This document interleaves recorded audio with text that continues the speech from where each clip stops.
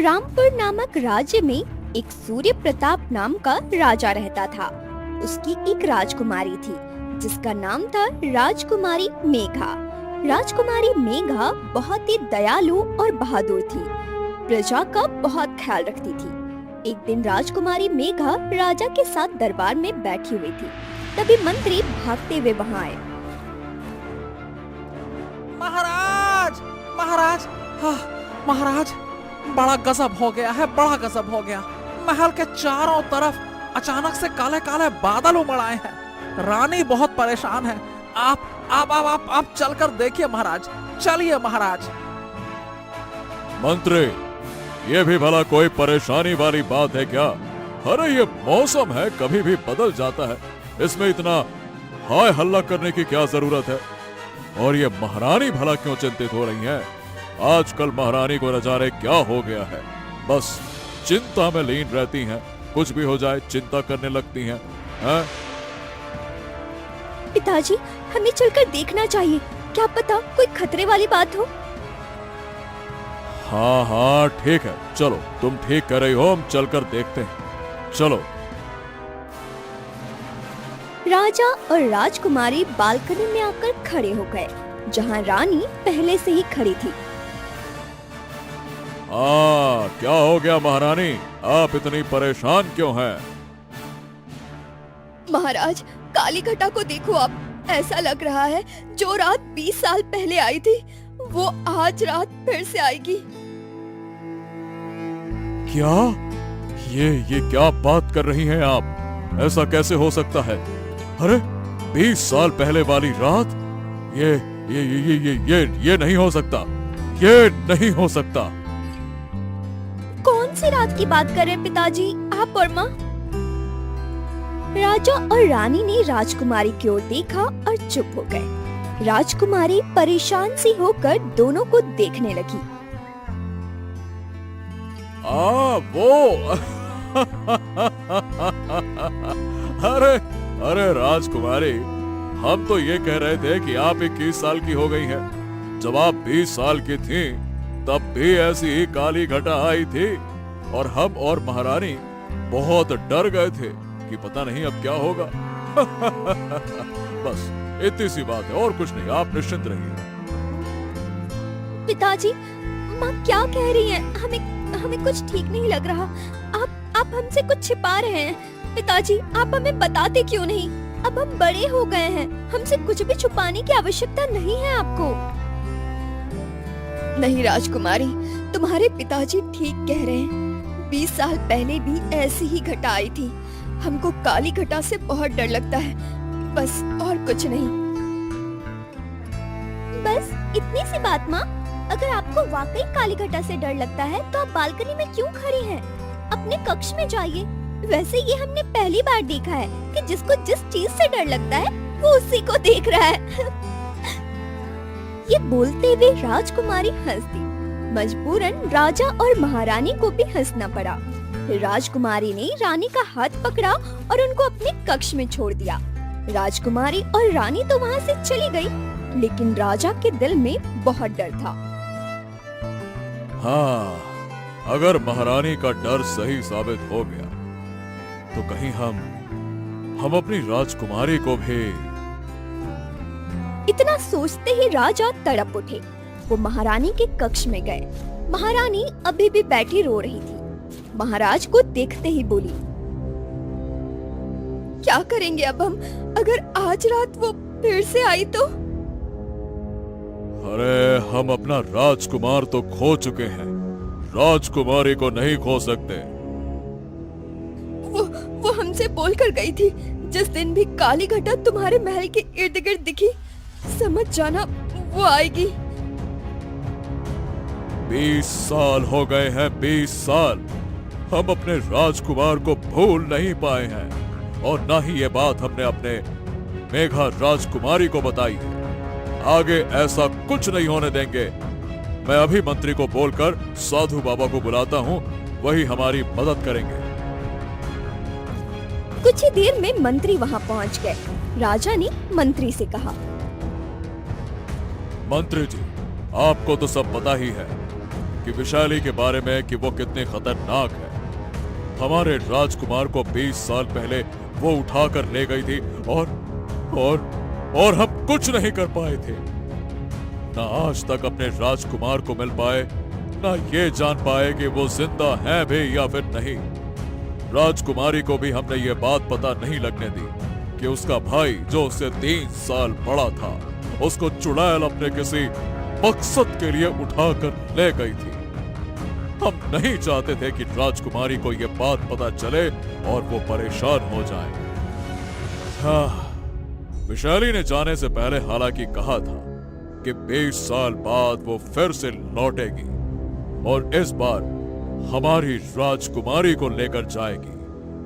जब राजकुमारी के 20 वर्ष पूरे हो जाएंगे तब वो कोई तंत्र मंत्र विधि करेगी जिससे वो और भी ज्यादा ताकतवर चुड़ैल बन जाएगी। परंतु महाराज, एक बात समझ नहीं आई कि उसको राजकुमार और राजकुमारी ही क्यों चाहिए? उसको शाही खून चाहिए।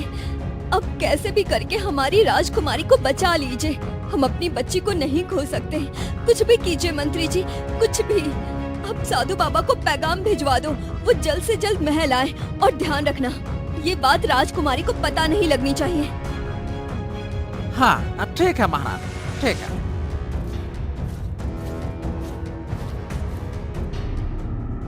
कुछ ही देर में साधु बाबा राजकुमारी और राजा के साथ महल के अंदर थे। राजा ने सारी बातें साधु को बता दी।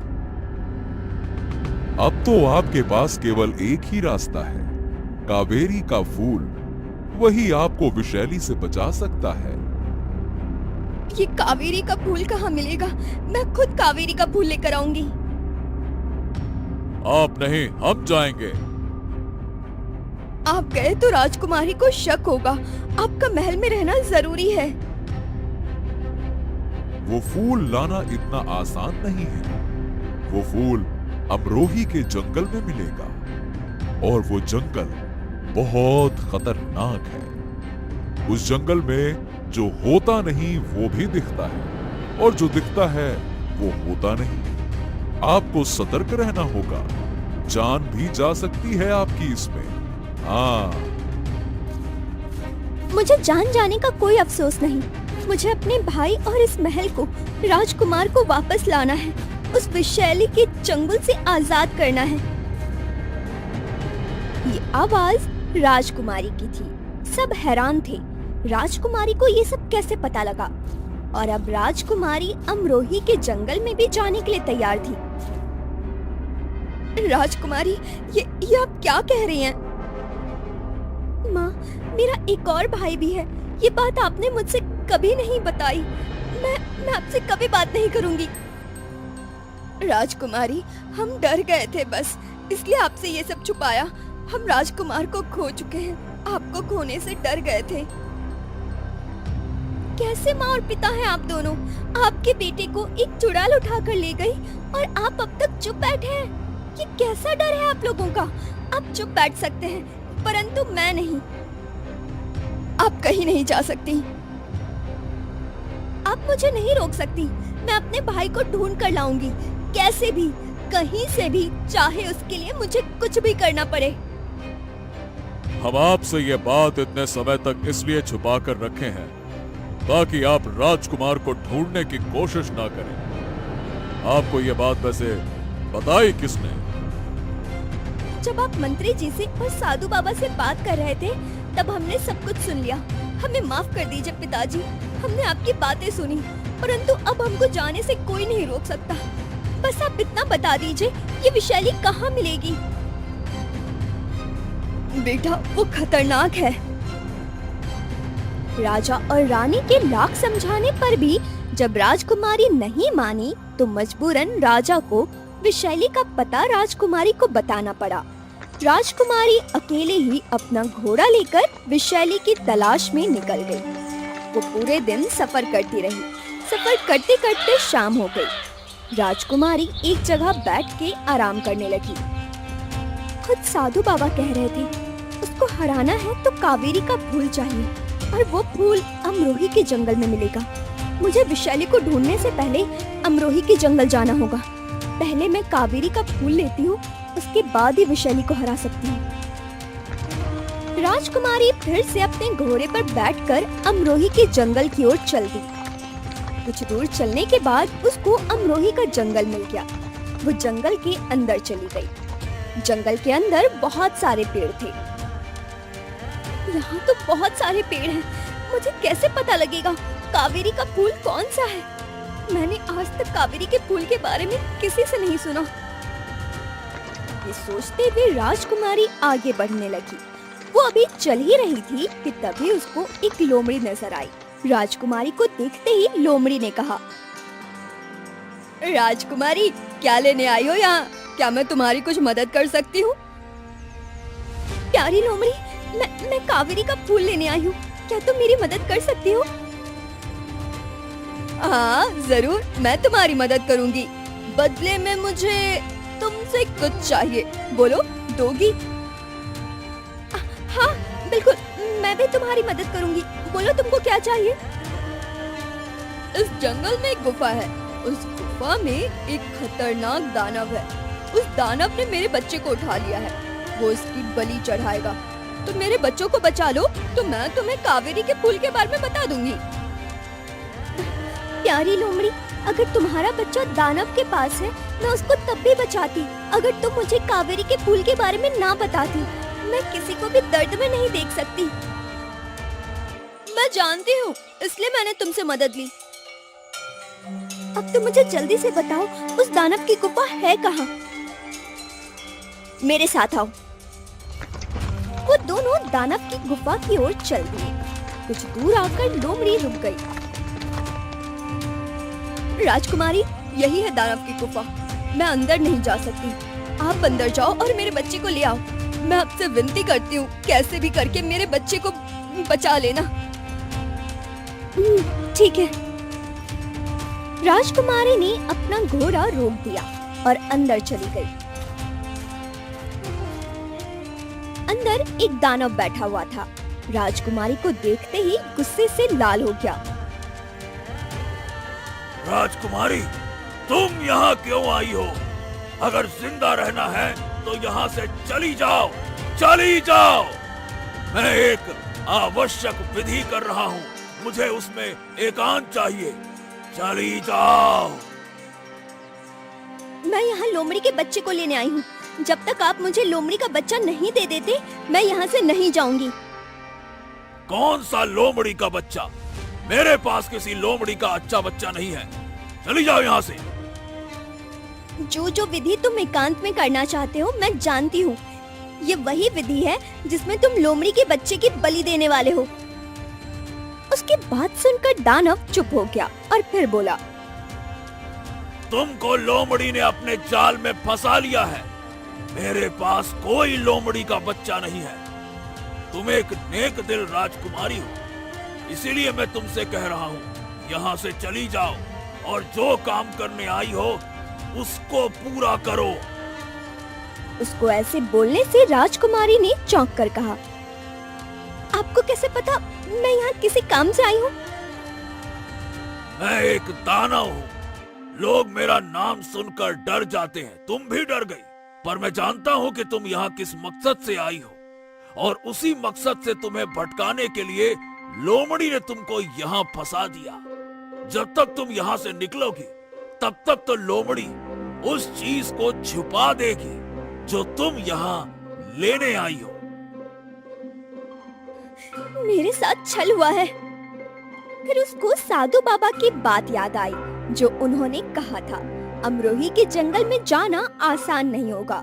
जो दिखता है वो होता नहीं और जो होता है वो दिखता नहीं। राजकुमारी ने दानव से कहा, क्या आप मुझे कावेरी के फूल के बारे में बता सकते हैं?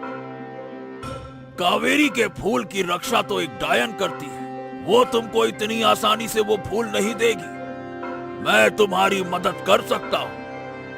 इतना बोलकर दानव ने एक भभूत की थैली राजकुमारी को दी। कावेरी का फूल सफेद रंग का होगा। जब तुम कावेरी के पेड़ के पास पहुँच जाओ तो इस भभूत को उस चुड़ैल के ऊपर डाल देना। वो जलकर भस्म हो जाएगी। हाँ, शुक्रिया आपका।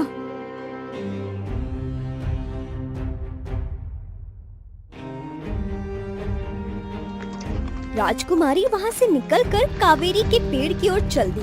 कुछ ही देर में उसको कावेरी का फूल दिखाई दिया। राजकुमारी ने देखा वहाँ एक डरावनी चुड़ैल खड़ी थी। राजकुमारी ने वो भभूत की थैली खोलकर उसका भभूत चुड़ैल की ओर उड़ा दिया, जिससे चुड़ैल के शरीर ने आग पकड़ ली और वो जलकर भस्म हो गई। राजकुमारी ने कावेरी का एक फूल तोड़ लिया और विषैली की खोज में निकल गई। चलते चलते राजकुमारी को बहुत समय हो गया। ये विषैली कौन सी जगह छुप कर बैठी है? माँ कह रही थी जहाँ भी काली घटा होगी वो मुझे वहीं मिलेगी। वो अभी चलती जा रही थी कि तभी उसको किसी की आहट सुनाई दी। कौन है? कौन है वहाँ? सामने आओ। राजकुमारी के बोलने पर कोई सामने नहीं आया तो राजकुमारी ने फिर से कहा, देखो मैं तीर चला दूंगी, सामने आओ। इतना बोलते ही सामने से एक लड़का आया। तुम मेरा पीछा कर रहे हो? माफ करना राजकुमारी, मैं एक लकड़हारे का बेटा हूँ और जरूरी पैगाम लेकर आया हूँ। महल पे कहर बरसा है राजकुमारी, कहर। कहर? कैसा कहर? माँ और पिताजी तो ठीक है ना? तुम कब से मेरा पीछा कर रहे हो? तुमने मुझे पहले क्यों नहीं बताया? मैं डर गया था, आप गुस्से से। अब जल्दी बताओ, हुआ क्या है? देखिए राजकुमारी, जिस विषैली को आप ढूंढ रही हो वो महल में है। राजा और रानी को उसने बंदी बना लिया है। पूरे गांव वालों पे उसने कोड़े बरसा रखे हैं और आपकी खोज में महल आई है वो। पूरे गांव वाले आपको ही तलाश कर रहे हैं। मेरी माँ और पिताजी को बचा लीजिए राजकुमारी। मेरी छोटी बहन है जिसको उसने अपने नशीली दवा से मूर्छित कर दिया है। अब आप ही हम गांव वालों की मदद कर सकती हैं। आखिर आपको विषैली ही तो चाहिए थी, वो अब महल में है। तो वापस चलिए ना वापस। आप क्या सोच रही हैं? चलिए। माँ का डर सही था। उस दिन माँ ठीक सोच रही थी। वो मुझे लेने आ गई है। वो आ तो गई लेकिन लौट कर नहीं जा पाएगी। परंतु उससे पहले मुझे अपने भाई को उसकी कैद से आजाद करना है। अभी मुझे महल लौटना होगा, विषैली के साथ जाना होगा। उसके बाद ही अपने भाई से 20 साल बाद मिल पाऊंगी।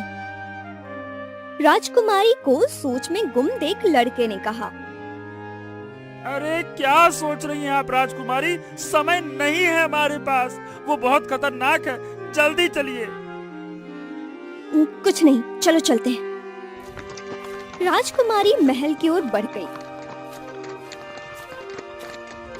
कुछ समय बाद राजकुमारी महल में आ गई। महल में राजकुमारी को कोई नजर नहीं आया। राजा और रानी को विषैली ने बंदी बना लिया था। महल बिल्कुल खाली था। राजकुमारी ने देखा राजा के सिंहासन पर विषैली बैठी हुई है। राजकुमारी उसके पास गई। राजकुमारी को देखते ही विषैली ने कहा, राजकुमारी आ गई आप? वाह, सुंदर, अति सुंदर। विषैली, मैं आ तो गई हूँ। अब तुम मेरे पिताजी और मेरी माँ को छोड़ दो। तुमको मैं चाहिए ना?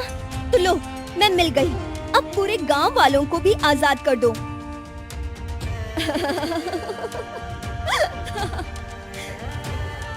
तेरे मूर्ख माता पिता की समझदार राजकुमारी है तू।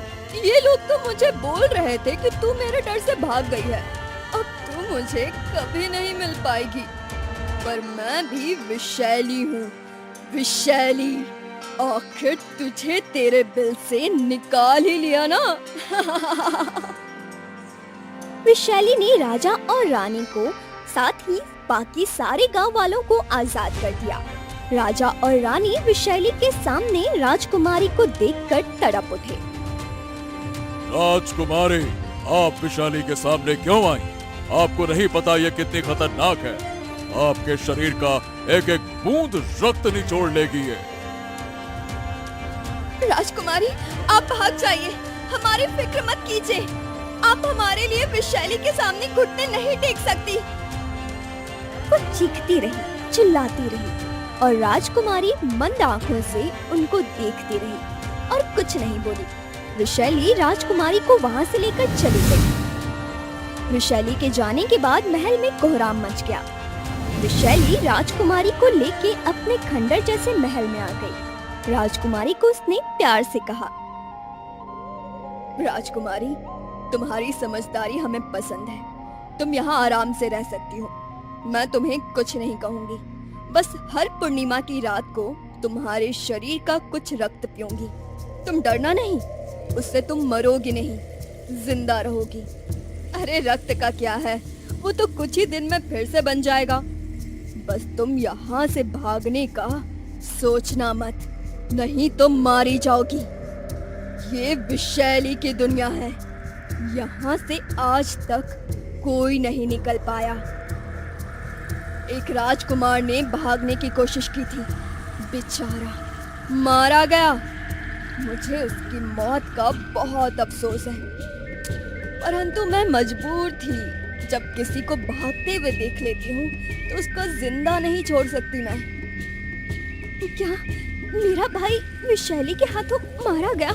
अगर ऐसा हुआ तो जो वादा मैंने माँ और पिताजी से की है और खुद से किया है, उस वादे का क्या होगा? मैं अपने भाई को नहीं खो सकती। मैंने तो आज तक उसको देखा भी नहीं। मुझे एक बार अपने भाई को देखना था। इतना सोचकर राजकुमारी बहुत उदास हो गई। उसने अपने आंसू बड़ी मुश्किल से रोके। विशाली ने जब देखा राजकुमारी परेशान है तो उसने कहा, तुमको डरने की जरूरत नहीं है राजकुमारी। ऐसे डरे डरे रहोगी तो तुम्हारे शरीर में खून कहाँ से आएगा, और जिसकी मुझे जरूरत है। विशाली राजकुमारी को वहीं छोड़कर चली गई। मेरा भाई, मैं कितनी आस लेकर विशाली के साथ आई। मैं इस विशाली को छोड़ूंगी नहीं। इसने मेरे भाई की जान ली है। उसने अपने हाथ में लिया हुआ वो सफेद फूल देखा जो उसने छुपाया हुआ था। इस कावेरी के फूल में से इस विशाली का अंत कर सकती हूँ। इसलिए मैं विशाली के साथ आई थी ताकि अपने भाई को छुड़ा सकूं और फिर उसका अंत कर सकूं। परंतु अब भाई तो रहा नहीं, मुझे खुद को इस विशाली से बचाना होगा। राजकुमारी अभी सोच ही रही थी कि तभी उसको किसी के चीखने की आवाज आई। ये सोचकर राजकुमारी उस तरफ चल दी जहाँ से आवाज आई थी। राजकुमारी ने अंदर देखा तो उसके तो होश ही उड़ गए। विशाली ने वहाँ 3 लोगों को रखा हुआ था जो बुरी तरह से रो रहे थे। राजकुमारी उनके पास चली गई। राजकुमारी को देख वो लोग हैरान रह गए। कौन हो तुम लोग और यहाँ क्या कर रहे हो? तुम कौन हो और यहाँ क्या कर रही हो? ये विशाली की दुनिया है, भाग जाओ यहाँ से, नहीं तो ये डायन तुम्हारे शरीर का भी एक एक रक्त निचोड़ लेगी। चली जाओ। हाँ, ये ठीक कह रहा है। अगर तुम यहाँ हो, इसका मतलब ये है कि विशाली तुमको उठाकर लाई है। तुम भी किसी राज्य की राजकुमारी हो। हाँ, मैं राजकुमारी हूँ, रामपुर की। क्या तुम रामपुर की राजकुमारी हो? मतलब मेरी बहन। ये सुनते ही राजकुमारी को जैसे जिंदगी किसी ने लौटा दी हो। भाई आप जिंदा हो? हाँ, तुमको विशाली ने बोला था कि उसने मुझे मार दिया। नहीं भाई, मुझे लगा उसने आपको मार दिया। मैं बहुत खुश हूँ आज आपसे मिलकर। आप सोच नहीं सकते मेरी कितनी बड़ी मनोकामना पूरी हुई आज। राजकुमारी, खुश तो हम भी हैं आपको देखकर। अरे बहुत छोटी थी आप जब हम आपसे अलग हो गए थे। विशाली हमें उठा लाई थी। तब से आज तक विशाली ने हमें भूलने नहीं दिया कि हम रामपुर के राजकुमार हैं। वो हमें रामपुर के राजकुमार कहकर ही बुलाती है। इसीलिए हमें अपने राज्य का नाम याद रह गया, वरना हम वो भी भूल जाते। परंतु जितना खुश हम तुम्हें यहाँ देखकर हैं, उतना ही हम दुखी भी हैं। विशैली तुम्हारे साथ भी वही करेगी जो उसने हमारे साथ किया। सच बोलूं तो अब और ज्यादा दुख हो रहा है। मैं तुम्हारा बड़ा भाई हूँ और अपनी बहन को बचा नहीं पाऊंगा इस विशैली से। वो हम सब का आए दिन खून पीती है ताकि वो जवान रह सके। उसकी खुराक ही शाही खून है। राजकुमारी मुस्कुराई और बोली, ऐसा किसने कहा है कि एक भाई अपनी बहन को बचा सकता है? बहन नहीं बचा सकती। यहाँ आने से पहले निर्मोही के जंगल गई थी। वहाँ कावेरी का फूल मिला जो मेरे पास है। क्या तुम्हारे पास कावेरी का फूल है? वो कावेरी का फूल जो विशैली का सबसे बड़ा दुश्मन है। ये तुमने कैसे किया? राजकुमारी ने सारी बातें राजकुमार को बता दी।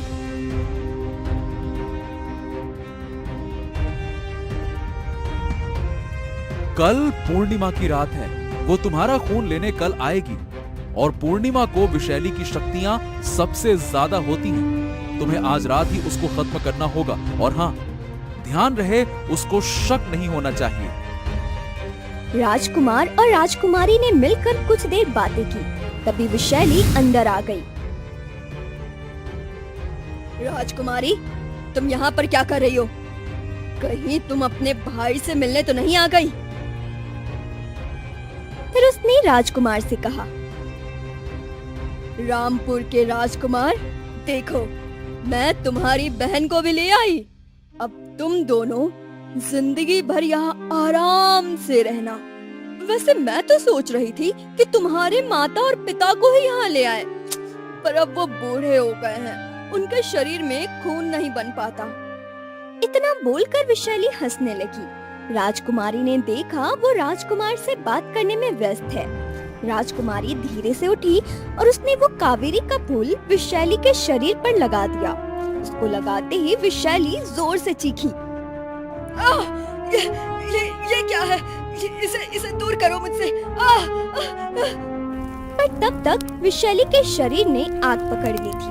वो चीखती हुई वहीं ढेर हो गई। बाकी के दोनों राजकुमार अपने राज्य लौट गए और राजकुमारी राजकुमार के साथ अपने राज्य लौट गई। राजा और रानी राजकुमारी के जाने के बाद बिल्कुल कमजोर से बैठे थे। राजकुमारी के साथ राजकुमार को देखकर उनकी आंखों में चमक आ गई। राजकुमारी, राजकुमारी आप आ गई। हमें यकीन था कि आपको कावेरी का फूल मिल ही जाएगा। आप उसका अंत करेंगे ये हमको यकीन था। आपको देखकर हम कितने खुश हैं, हम बता नहीं सकते हैं। हमारे प्यारे राजकुमारी। पिताजी, मैंने कहा था ना, मैं अपने भाई को भी वापस लाऊंगी, इसलिए मैं विशैली के साथ गई थी। ऐसे तो मैं उसकी दुनिया खोज नहीं पाती। विशैली ही अपनी दुनिया में किसी को ले जा सकती थी और कोई उसकी दुनिया में नहीं जा सकता था। क्या ये मेरा राजकुमार है? राजकुमार उनकी ओर बढ़ने लगा। राजा और रानी की आंखों से आंसू बह रहे थे। इतने सालों बाद उन्होंने अपने बेटे को देखा था। ऐसे बहादुर राजकुमारी की वजह से राजकुमार अपने राज्य और परिवार से मिल पाए।